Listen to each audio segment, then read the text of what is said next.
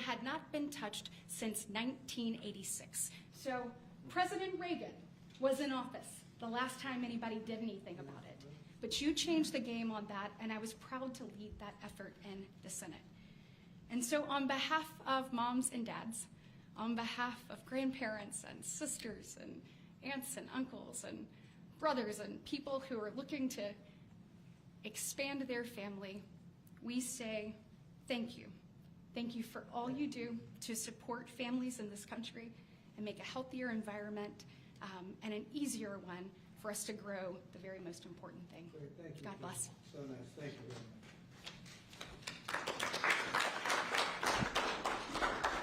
So let's set the stage. To put it in perspective, 2 weeks ago, as President Trump alluded, a leading U.S. drug manufacturer came into this room and agreed to do something none of us thought was possible. A most favored nation agreement with numbers, again, inconceivable. Last week, a leading company from Europe, a global leader in the pharmaceutical sector, came to this office, made the same kind of commitment for most favored nation pricing, again, because the president insisted on it and was persistent, and he alluded to the fact that he was calling Secretary Kennedy and me quite a bit. He definitely was, with great insights into the process and would not hold back.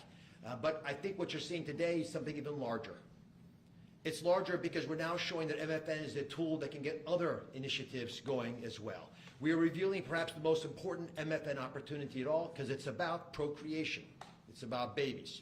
It turns out that MFN is a tool for a lot of things, and it goes without saying that you get the drug pricing down, but lots of other business necessities become possible when that occurs.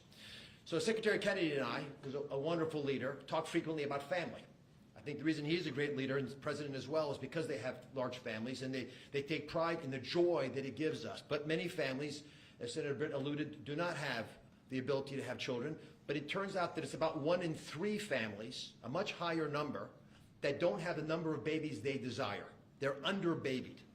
So this president committed to address that during the campaign, and he is delivering on that today in a way I don't think anyone thought was possible. We are opening the door with MFN pricing and tariffs that support it, Secretary Lutnick, with a new approach to make reproductive medicine more affordable for Americans. Now, I know what you're all thinking, and you're probably right, there are going to be a lot of Trump babies. I think that's probably a good thing. But it turns out the fundamental creative force in society is about making babies. It's about creating. And this country, the one that President Trump is leading so beautifully, has been a country of abundance, not scarcity.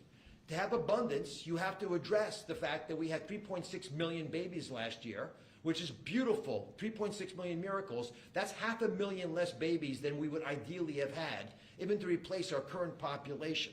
Building on the success of the last 2 weeks, our team, led by the head of Medicare, Chris Klump, who's standing over there, and Ina Hernandez, have negotiated a spectacular MFN deal to reduce the cost of IVF drug prices by $2,200 a cycle.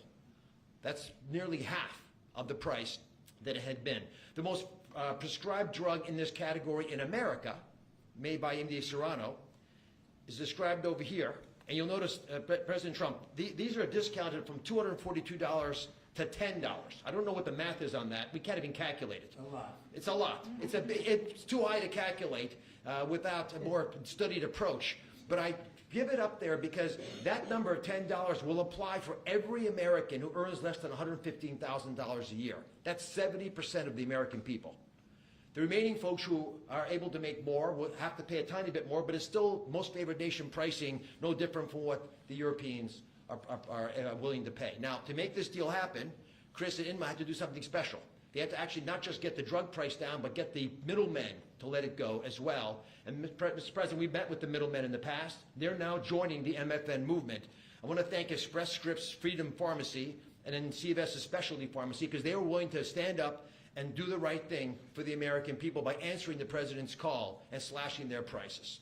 Now, this announcement also encompasses a remarkable move from Marty Makary. And Marty Makary is, of course, the leader of the FDA, but he has ongoing efforts to accelerate their approval of innovative medicines that will further reduce the price and make this whole process more seamless for the American people.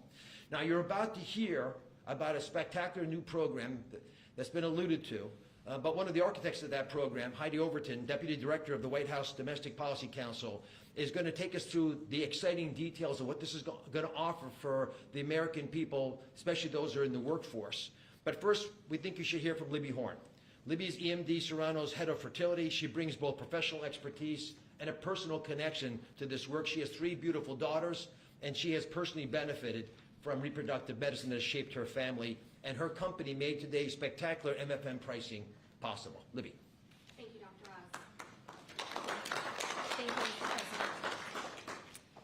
Today, we gather on this national stage to celebrate a historic step forward in expanding access to fertility treatments for those who need it most. Mr. President, thanks to your leadership and the tireless efforts of your team, this is a momentous day for Americans who struggle but remain hopeful to build their families. Infertility is on the rise in our country. 1 in 8 couples face infertility. This isn't just a number, it's real lives, dreams, and aspirations of hardworking Americans. The teacher who goes to school each day, surrounded by children, but aching for children of her own. The firefighter who puts his life on the line, but can't create the life he wants at home. The consequences of these challenges can take significant tolls. Some of you watching today have given up or are frustrated because access to IVF treatments has been out of reach. That's why expanding access to IVF has been an issue of great importance to the President. He made this clear in his executive order declaring the administration's goal of supporting American families by enabling access and eliminating barriers to IVF. Today, EMD Serrano is proud to help President Trump deliver on his promise to you. Thanks to the President's leadership, EMD Serrano has worked alongside distributors and other partners to help more families have access to services and innovations that are consistent with other countries. Through our partnership with the administration, we are proud to announce that Americans will have access to our leading IVF therapies for an 84% discount off list prices. Thank you, Mr. President. Thank you. Thank you for making this possible. Thank you very much. That's great. Fantastic. For more than 40 years, EMD Serrano has been a global leader in fertility. Our science was instrumental in the birth of the first IVF baby in the US, and we've helped to bring more than 6 million babies into the world since then. Our purpose is to help create, improve, and prolong life. That means discovering more medicines and bringing them to patients faster. FDA Commissioner McCary has made it a priority to ensure that Americans have access to the world's most innovative treatments as quickly as possible. To that end, EMD Serrano is filing a new IVF therapy called Pergoveris for review under the FDA Commissioner's National Priority Voucher Program. If approved, Pergoveris would combine 2 key reproductive hormones in synergy designed to mimic reproductive physiology. This therapeutic option could mean fewer injections, fewer copays, and lower self-pay cost, all of which make a real difference in the IVF patient experience. In closing, on behalf of EMD Serrano, I want to send my heartfelt thanks to President Trump and the entire administration for their leadership and vision in this critical area of healthcare. Together, we will make a difference in the lives of countless families across this nation and uphold our long-standing legacy of creating life. Thank you.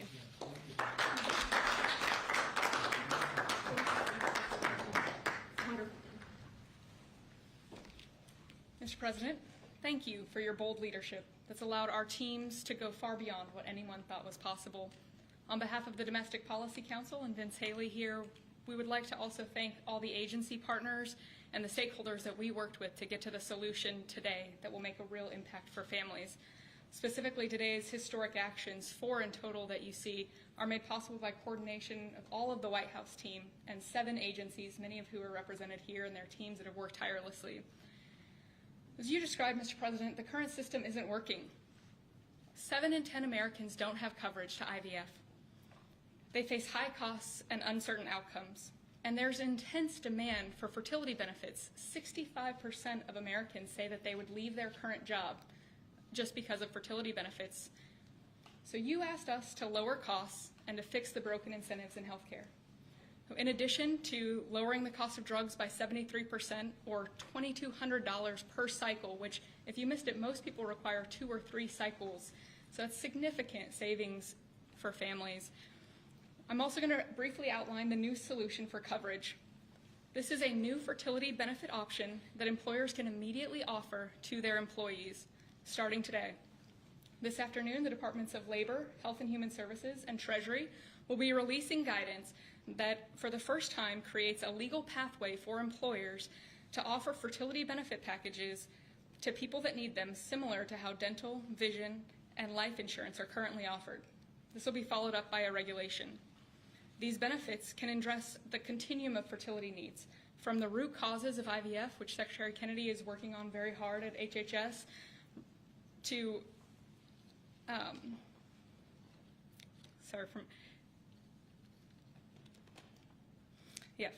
it'll be a coordinated package that does not exist in traditional health insurance today. It'll make it easier for employers, including small and mid-sized employers, to compete for talented employees. Currently, many small businesses cannot afford to offer fertility benefits at all. This is making it possible for them to offer benefits the same way that large companies like Amazon and others offer benefits.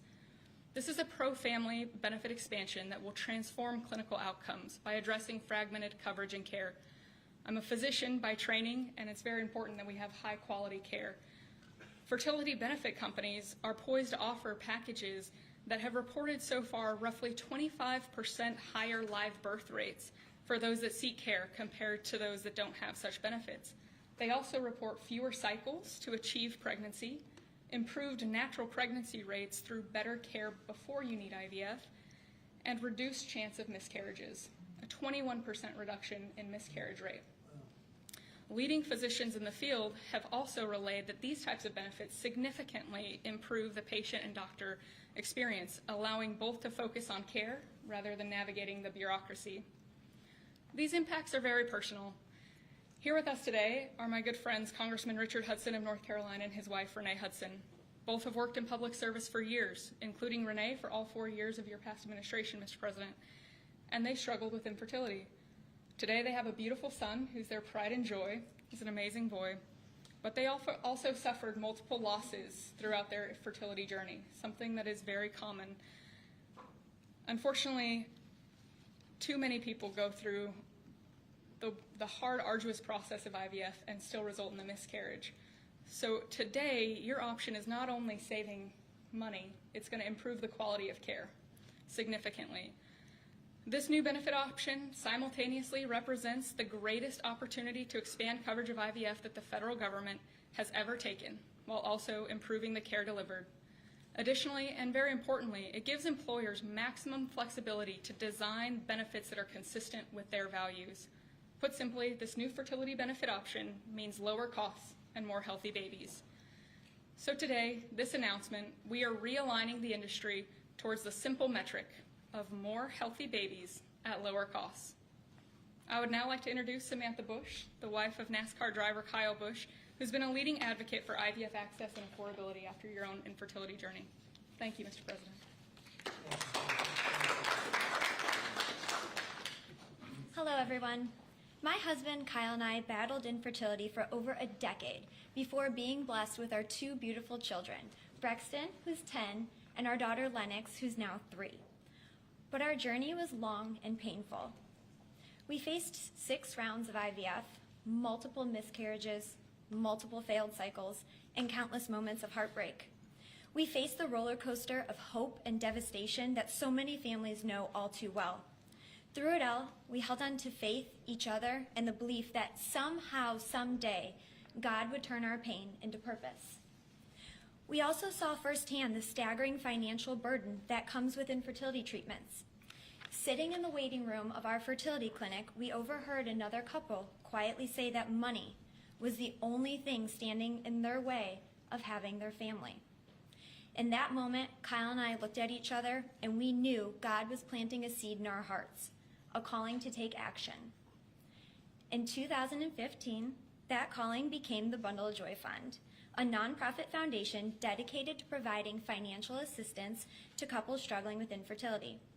What began as a small act of faith has now grown into something far greater than we could have ever imagined. To date, we've granted over $2 million directly to individuals, helping them pay for their IVF treatments, and we've celebrated the birth of 108 beautiful babies through our fund.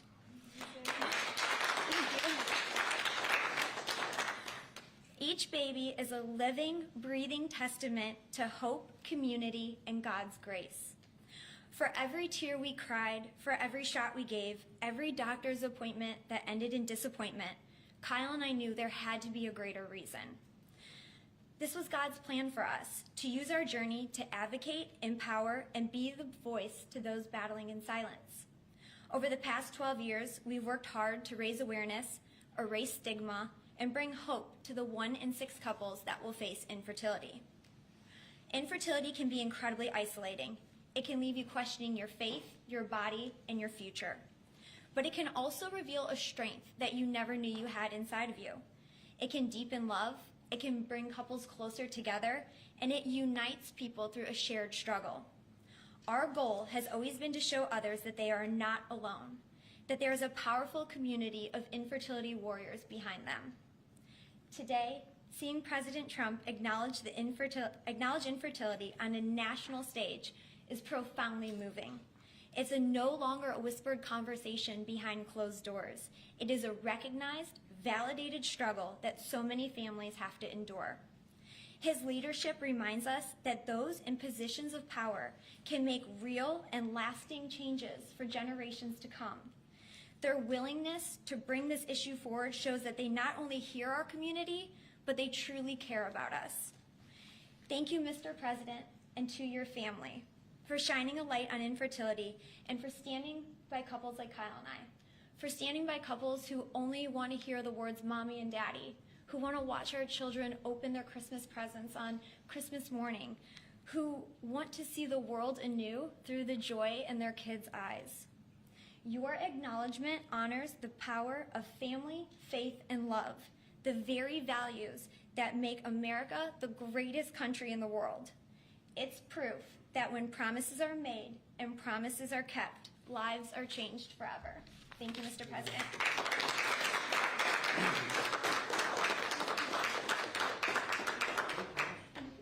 Anybody else? Howard, you would like to say a couple? No. I was hoping you would say that. Bobby, come on up for a second. What a job you're doing. Yeah, say a few words, Bobby. Thank you, Mr. President. Thank you for your vision, your commitment to our country. When my uncle was president, the fertility rate in this country was 3.5%.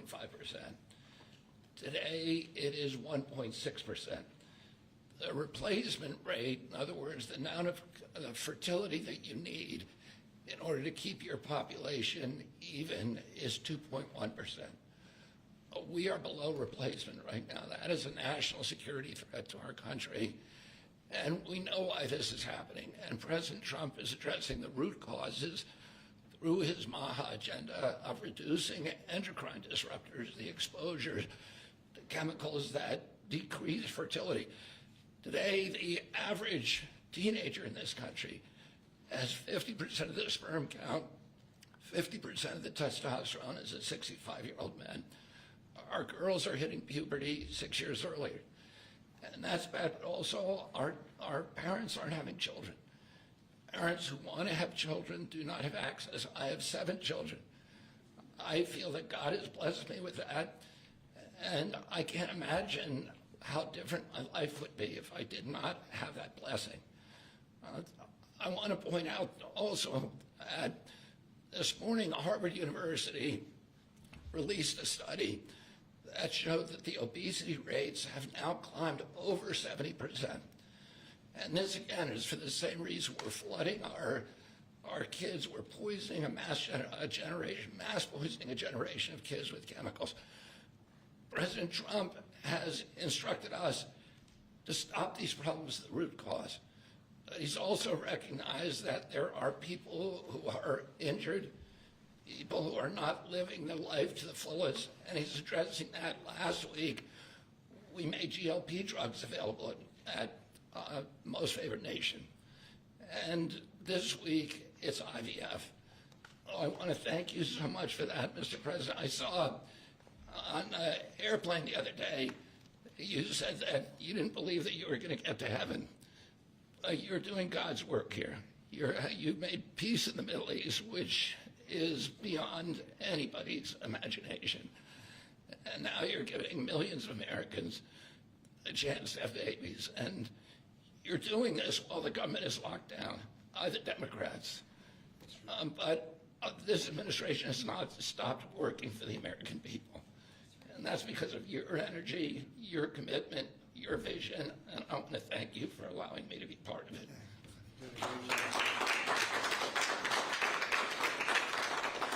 And he's doing a great job. And by the way, Kyle is fantastic. So he's got a lot of courage. I wouldn't do that. I wouldn't care. Howard, you and I would not be good at that. We'd go about 30 miles an hour, but we'd be safe. Anyway, so thank you very much. Any questions, please? Mr. President, you posted earlier today. Yeah, please. Mr. President, this is a major campaign promise that you made. It was a big hot topic towards the end of the election. You're delivering on that again. I actually had a question for Secretary Kennedy or Dr. Heidi. Dr. Heidi, you said something that I thought was really important. You talked about how this coverage option, this benefit option, gives companies the maximum flexibility to design benefits consistent to their values. I was wondering if either you or the President could expand on that and talk about why that's an important thing to understand about this program. Yes. Thank you. It's a great question. We think that employers are best situated to know what them and their employees want to contribute to in relation to their benefits. So employers are going to be able to decide how to cover the root causes of infertility, things like obesity, metabolic health, and other things that are impacting infertility. And also, if they want to encourage their employees to see certain types of doctors, and they can work with providers that are identifying the highest quality fertility providers. And so it puts them in the driver's seat, and our view is that we want employers to be the ones that can make those decisions, not the government. Thank you. All right. That's a good answer. That's a very good answer. Yeah, please, go Mr. ahead. President, Mr. President, previously you did not seem to be bothered regarding Hamas cracking down on what you called gangs, actually, What? couple of gangs. And today you issued a threat against Hamas on Truth Social. What has changed? And what was since then? said? Go ahead. You said if they continue keep killing innocents in Gaza, that if that continues, the United Yeah, States I will know. go I after issued them. a strong statement. That's right. But they used to be gangs, and now you're saying innocents. What made you think they're innocents now? Well, I'm looking at what's happening, and that wasn't the deal that was made, and we'll see what happens. It's calmed down. It's a tough neighborhood. We know that. We have a commitment from them, and I assume they're going to honor that commitment. I hope they do. And I understand they brought back some additional bodies today. It's a rough deal when you think of it, right? Very rough. We have our hostages back completely. We were very lucky with that. But it's a tough situation. They brought back bodies today, as you probably know. But they also said they're going to behave. We're going to find out if they behave. If they behave good, if they don't behave, we'll take care of it. Yeah, please. Following up on that, Mr. when you I didn't say, say you. Mr. President, You you CNN, said- fake news. Go you ahead. said in your post that if they kept killing people in Gaza, we would have no choice but to go in and kill them. So do you mean U.S. forces would go in and take out No, I didn't Hamas? say who would go in, but somebody will go in. So who is we? It's not going to be us. We won't have to. There are people very close, very nearby that will go in. They'll do the trick very easily, but under our auspices. Could I follow up? You also posted about your call with President Putin today, and you spoke about the meeting in Hungary with him. Do you have a timeline or a date set for when? I would say within 2 weeks or so, pretty quick. Marco Rubio is going to be meeting with his counterpart, as you know, Lavrov, and they'll be meeting pretty soon. They're going to set up a time and a place very shortly. Maybe it's already set up. They've already spoken. And I thought it was a very good phone call. I thought very productive. But I'll be meeting with President Putin, and we'll make a determination. Tomorrow I'm meeting with President Zelensky and I'll be telling them about the call. I mean, we have a problem. They don't get along too well, those two, and it's sometimes tough to have meetings, so we may do something where we're separate but equal. We'll meet and talk parties, but this is a terrible relationship the two of them have, and it's one of those things. I've seen things that nobody would believe, but this is one of them. So we're going to be meeting in Hungary.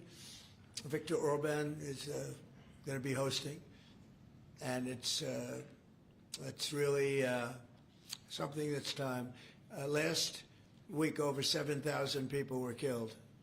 That's ridiculous. And you know, it doesn't affect our country. We're not losing people. We're not losing Bobby. We're not losing Americans. But they're losing Russians, Ukrainians, mostly soldiers, for the most part, soldiers. And we think we're going to get it. We hope we're going to get it stopped. I thought this would be, because of my relationship with President Putin, I thought this would be very quick. And it's turned out to be, who would think I did Middle East before I did this? We did a total of 8 now, 7 and now 8. And we're going to make this number 9. Why do you think a second meeting? So you said you posted that there was great progress. Can you tell us a little bit about that? Was it a shift in Putin's tone? Was it something new he told you? Did he give you any message to give? You're talking about the whole... President Zelensky tomorrow. It just seems to me that, you know, look, it's only a field. That's all I've done in my whole life. I've made deals. I know about deals. I do it well. I don't think any president's ever ended a war, frankly. One war, I did 8 of them, Maria, right? And but I don't know, did Bush ever end? Do you think Biden ended a war? Biden started wars because he was stupid. But do you think Biden ended any wars? No, I don't know of anybody that ended wars. I ended 8 of them. It's going to be 9. I think we're going to have this one done, hopefully soon. But I'll be meeting him probably over the next 2 weeks. First, Marco is going to be meeting. And the vice president, as you know, is very much involved. The whole team is involved. Steve Witkoff will be involved. Yeah, please. What did you tell him about the Tomahawks? Did you discuss the Tomahawk missiles? Did you discuss? Well, we talked about it a little bit. Didn't say much, but I do say to you, you know, we need Tomahawks for the United States of America too. We have a lot of them, but we need them. I mean, we can't deplete for our country. So you know, they're very vital. They're very powerful. They're very accurate. They're very good, but we need them too. So. I don't know what we can do about that. Why do you think a second meeting with Putin? Why do you think a second meeting with Putin now will yield different results? Well, I think Alaska actually set a stage, and that wasn't very long ago, but it set a stage. You have to understand, I came into this situation. I didn't start this war. This is a Biden deal, and I came into it, and it was a mess. It could have led to World War III. In my opinion, this could have led to World War III. That won't happen, but it could have. So I came in, this war was raging. When I left, this wasn't even a thought. For 4 years, nobody talked about it. I spoke to President Putin about Ukraine. It was the apple of his eye, but there was never going to be doing anything like this. And this all went because of some really bad decisions that were made. And look what you have. You have millions of people dead. You have just a horrible, horrible situation. I'm doing it to save souls. That's all I'm doing it for. I'm not doing it for us. We have an ocean between us. I'm doing it also to help Europe. They want to have it ended, but they're unable to do it. I'm able to do it. So I think we'll be successful. We'll save a lot of lives. It should have been done. Should have never started. This would have never happened if the election weren't rigged. This would have never happened. But it did happen, and I'll get it stopped. Did you get an updated message from that? Yeah, go ahead. Yeah, you mentioned a $1,300 drug at the top of this. Were you referring to the weight loss drugs? Yeah, I was referring to Ozempic or the fat loss drug. So those are going to be $150 out of pocket Yeah, for well, Americans. they'll be much lower. They'll be much lower. Yeah, go ahead. We have not negotiated those yet. We're going to be rolling these out over time. The GLP category of drugs, which includes Ozempic, have not been negotiated yet. What's the timeline for that? But it will. It'll come down, like everyone else. Okay. Any timeline on those negotiations? No, but I think those are going to come down pretty fast, and we do have, I guess, some alternatives. The president will be happy with the result, and until he is, we're not going to close those negotiations. Thank you. Except it'll happen. Mr. President, what's your message to pro-life conservatives? Some pro-life conservatives have religious objections to IVF and are already critical of this policy. What's your message to them? I don't know about the views of that. I'm just looking to do something because, you know, pro-life, I think this is very pro-life. You can't get more pro-life than this. Please.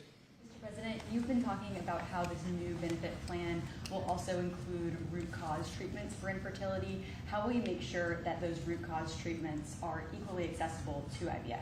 Well, I think we're going to be doing that. Would anybody like to talk about that subject? I'll comment Please. on the rulemaking process. I think it's the determination, again, Secretary of Labor, the determination, the Department of Labor is issuing their intent today to open up the rulemaking process, again, for more flexibility. Anytime that you have a president who's leading when you can offer more access to health care at a lower rate is a benefit to the American people and to the end user, and that's exactly what he's doing. And so you heard before that through the Q&A guidance that was issued today with the other agencies, that will give guidance to our employers and the employees about what the flexibility of that is, and then again opening that rulemaking process for further determination of the access that can be had offered in those benefits for all different types of health care access is the goal of the Department of Labor. Good answer. Thank you. I like this better. They can do better than me. Yeah, please. Do you think Good we job, can Lori. see- You know you're doing a fantastic job. Thank you, Mr. President. I shouldn't tell. I won't say it. But I will not say that she was recommended by the Teamsters. Can you believe it? And she's turned out to be a gem, an absolute gem. You're doing a great job. Thank you very much. Mr. President, John Bolton was just Do you indicted. think we can see your deal-making skills applied to the government shutdown anytime soon? Well, look, I mean, all we want to do is just extend. We don't want anything. We just want to extend, live with the deal that they had. They want to spend $1.5 trillion on illegal immigrants, and they want to destroy health care for everyone else, and it's crazy. It's crazy. People that are here illegally, they want to spend $1.5 trillion. So we're just not going to do it. No, we have to take care of our health care. Now, we're doing that today, and we're doing it with, you know, favored nations, the most favored nations. Your costs are going to be dropping greatly. And I'm really I'm really happy that it's at the beginning of my administration, because I did insulin and got it down to like $25, but it doesn't kick in. It didn't kick in for 2 years by statute, so it couldn't kick in. And I said, boy, I hope I win this election, because if I don't, somebody else is going to take credit for it, Bobby. And sure as can be, Biden said, he didn't even know what the hell was happening, and it was a hard thing for me to do. I got insulin way down. What was it before that? It was just massive. It was impossible to afford. And sure as can be, because it was statute, it couldn't have been earlier. I said, boy, this falls into the next administration. I better win. And all of a sudden, I watched this Biden taking credit for something that I did, and on other things too. We had a lot of things kick in. So the nice part about this is at the beginning of our administration, so I think we're going to see the fruits of our labor. And I hope on our other situation that we've talked so much about, autism, I hope we're going to see some very good results based on the recommendations that we made. And, you know, we have time to watch those results. Mr. President, John Bolton was just indicted by a grand jury in Maryland. Do you have a reaction to that? I didn't know that. You told me for the first time, but I think he's, you know, a bad person. I think he's a bad guy. Yeah, he's a bad guy. It's too bad, but that's the way it goes. Have you reviewed the case against him? That's the way it goes, right? That's the way it goes. Will I what? Have you reviewed the case against him? No, I haven't. But I just think he's a bad person. Okay, anybody else? What's the timeline for the IVF drug through the National Commissioner Priority Review Voucher, Dr. McCary? What do you think, Doctor? Yeah. So, first of all, the National Priority Voucher Program says we're going to proactively at the FDA look for amazing treatments like this IVF treatment. We're going to reach out to the companies, and if it's in line with the President's national priorities, we're going to put those drugs at the front of the line and get a decision out in weeks instead of a year. And so today we announced 9 drugs that are going to be recipients. These are products where the manufacturing is going to be in the United States, or it's meeting a large unmet public health need, like a diabetes drug we announced today, or it is a product where you're going to see an affordability phenomena because the prices are getting equalized in line with the President's most favored nation status goal. Wow, that's good. Why didn't I have him speaking? So Could have saved a lot of time. Thanks, man. I'm not surprised. Yeah, please. Yes, thank you, President. So Senate Majority Leader John Thune today said he'd like to proceed with the bill which would put sanctions on Russia. What's your thought on that? Well, we're going to see. He doesn't know about the call yet. I'm going to speak to him later. And it was subject to what I wanted to do. And so we'll see what happens. This may be such a productive call that we're going to end up, we want to get peace. We want to stop the killing. 7,000 people a week. Can you believe it? We want to stop the killing. So I'm going to speak to him and the speaker, Mike Johnson. I'll speak to them a little bit later and I'll tell them about this. And we'll make the right determination. I'm not against anything. I'm just saying it may not be perfect timing. It could happen in a week or two, but it's at my option, as you know. Right, but did President Putin try to dissuade you from selling Tomahawk missiles? Well, of course. What do you think he's going to say? Please sell Tomahawks? No, but did he Is he going to say, please sell those Tomahawks? I really appreciate it. I did actually say, would you mind if I gave a couple of thousand Tomahawks to your opposition? I did say that to him. I said it just that way. He didn't like the idea. He really didn't like the idea. No, I said it that way. You have to be a little bit lighthearted sometimes, but no, he doesn't want Tomahawk. Tomahawk is a vicious weapon. It's a vicious, offensive, incredibly destructive weapon. Nobody wants Tomahawk shot at them. Did he specifically ask you not to provide Tomahawks? So, wouldn't anybody? I mean, it's been in the news. Who wouldn't do that? CNN. Who wouldn't do that? You know? Do you think he's going to say, I'd love to have Tomahawk sent my way? I don't think so. Maria, we have one of the great stars of television here, and she's an incredible person, and she's just an amazing woman who, she got it all right. She got the Russia hoax right. She got everything. Would you have a question?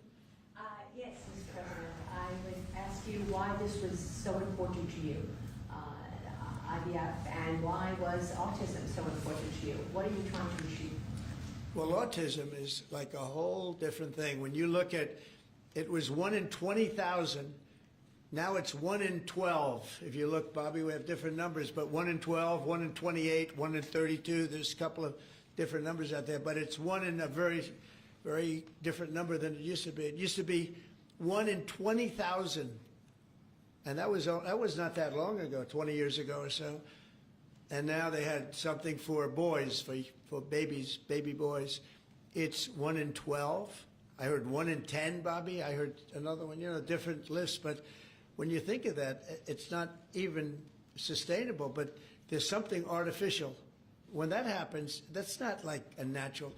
And then you have certain groups of people that literally don't have autism, and they're not taking some of the things that we're taking. So we're working very hard. And on IVF, it's just that I have friends, including Katie, that called me and they told me the importance of it. I wasn't that familiar with it. Now I think I've sort of become the father ever since I heard. There was a bad decision in Alabama where a judge wanted all clinics to be immediately closed, right? And Katie called up and you said you were pretty strongly attacked by your friends that you didn't even know were involved with IVF, right? You had people that had grandkids, people who'd gone through IVF themselves telling their story and saying there are people that cope out there. Tell what you did when you heard from your friends. You said this was not, they almost became violent. Right? I told him, I said, Mr. President, we need you. We need your voice in this conversation. We need the directive. We need the strong support because there are millions of people out there, moms and dads, wanting to bring life into the world. And you had people, the chilling effect that occurred across Alabama, there were people that were in the middle of that process that had been praying to have a child, and that was halted. And so the reality of that was very stark in our state. And so I was able to tell the president some of the stories of people, friends and grandparents and relatives that told me what they had experienced and also, what they were fearful of in the future. And the president very quickly acted, spoke with a strong voice, and really led the way. Obviously, we saw Democrats continue to fearmonger for the remainder of the year, trying to use it as an election issue when actually IVF is legal and accessible in all 50 states. And President Trump very clearly said where he was on this, and he said, I'm going to make sure that this is more accessible and that it is more affordable for families coast to coast. That's exactly what he did, but it's that real life, there's real life stories, sir, that he responded to. And that's what people don't know about him. He cares. And when you tell him what American people are dealing with, he wants to do something about it. You have leaders and politicians that come before him that want to talk about things. President Trump wants to actually make things happen. It's exactly what he did here, and I'm so, so grateful, Mr. President. Thank you very much. Appreciate it. So we will go back to what we're doing.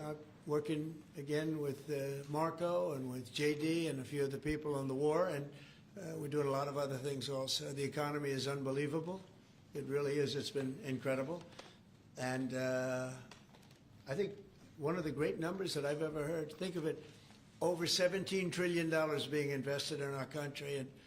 And when you think of, compare that to the last administration, but really compare it to any administration, compare it to any country. There's never been a country with anything like that. That's in a period of 8 months. And we've already broken every record possible. There's never anything even close. So we'll go back to all of that. Prices are down. Oil is down. We're down $58 a barrel. We're gonna be hitting $2 for gasoline. I think we're gonna be at $2. And the previous administration, they were at $4 and $5. They were going up much higher. And then they swung back into my things, but they didn't swing back properly. They were very, very late. They really blew it. We had it really going in the right direction. They came and took everything out, and you know, it's incredible. I'll never forget. They lost control of the price of gasoline, of oil. They totally lost control, Howard, and then they went back immediately. Well, let's go back to Trump. But by that time, it was too late, and they didn't go back because the leases and everything else, they didn't do what they had to do. They wouldn't know. They really didn't know how to. But we could be hitting close to $2 a gallon. I'd love to break it if we could, but we could be. And you know, when that comes down, everything else, and everything else has been coming down. Groceries are down. The price of things are down. And honestly, the simplicity is, if you can get oil down, it's such a big category. Everything follows. So just about everything follows. And we are working on beef, and I think we have a deal on beef that's going to bring the price of beef. That would be the one product that we would say is a little bit higher than we want it, maybe higher than we want it, and that's going to be coming down pretty soon too. We did something. We worked our magic. But groceries are down, and energy is down, electricity is way down. We have the prices coming down for people. They were abused for 4 years by the Biden administration. Thank you very much, everybody. We'll see you soon. Thank you. Changes to the IRS. Thank you, Press. So proud of you guys. Thank you guys. Thank you. Thanks, guys. Thank you, Press. Thank you. Thank you, guys. Thank you. Thank you. Thank you, guys. Thanks, Press.